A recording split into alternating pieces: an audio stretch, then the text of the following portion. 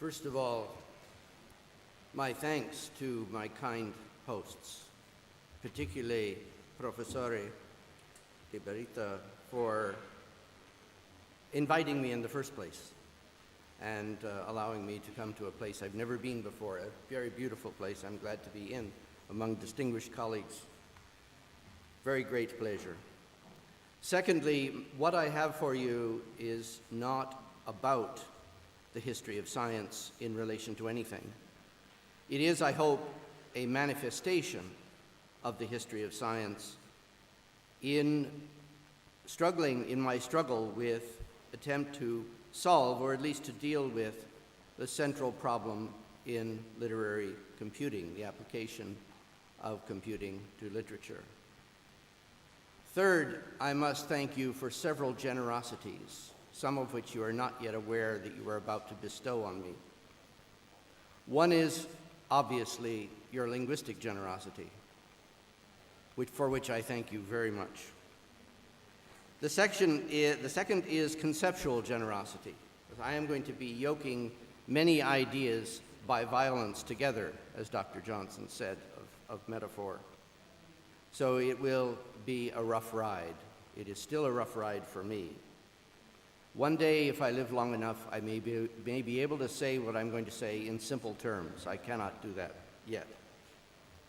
The third generosity is disciplinary and cultural. I'm going to be talking from within the Anglo-American literary critical tradition, which is very different from the Italian tradition, and from within the Anglo-American academic tradition. So, for example, although nowhere in my paper do I mention my two dear friends, one of whom is now dead, Antonio Zampoli and Tito Orlandi, I mean no slight by not making them prominent in what I have to say. They're in the background everywhere. The last generosity is the physiological or somatic, for you sitting in one place for so long listening to something that I have to say. My PowerPoints are partly contrapuntal to what I have to say, which introduces a new conceptual burden, a new cognitive burden, and partly to remind you of where we are in the talk.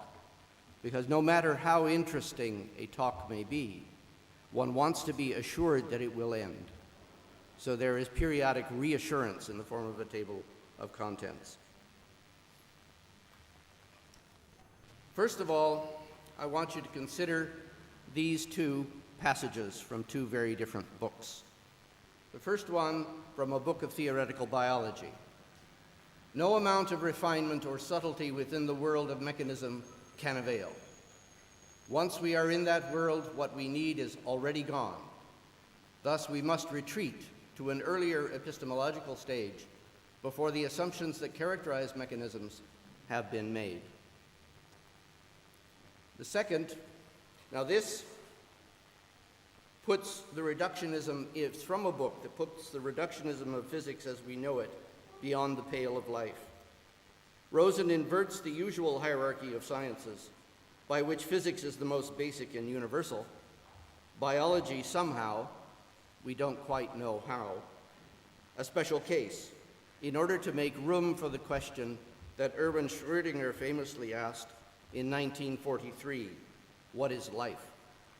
Rosen argues that mechanism renders life incomprehensible, that in order to investigate life, we must think in terms of a modeling relation between the causal processes of nature and the inferential processes of reasoning, not the identity of these two that classical physics assumes. The reason I quote Rosen, you're probably wondering why I stray to theoretical biology, is primarily because of his fundamental reorientation of perspective that suggests a magnanimous way of considering the relationship between algorithmic mechanism and imaginative language. The culturally ascendant biological sciences, in fact, serve us very well with a range of powerful analogies for rescuing literary computing from the doldrums where most of it has impotently dozed for the last 40 years or so. I don't exaggerate. My second epigraph Rather than think of the computer as a kind of brain, think of it as a kind of book, a machine for processing a variety of symbolic forms organized in looping autopoietic structures. This is from a book on textual scholarship.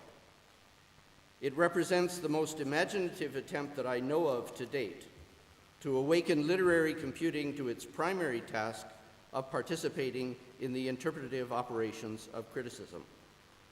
It points the path I will be following.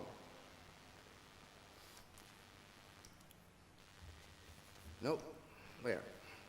Note in McGann's description of the computer as book, the adjectival form autopoiesis, literally self-producing, which is not yet in the Oxford English Dictionary, but prominent in a semantic field where evolutionary biology overlaps with other fields which study the way less sophisticated systems make themselves into more sophisticated ones, which is my argument about reading.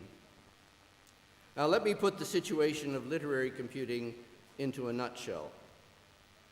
By placing the question of method in the path of criticism, computing gives us the chance to be as brave as Schrödinger.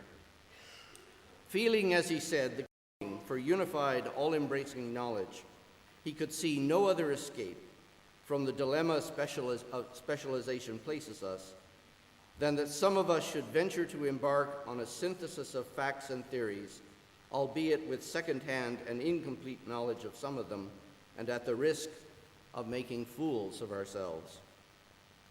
Like physics as he saw it, literary computing has been at the end of its conceptual tether for a very long time.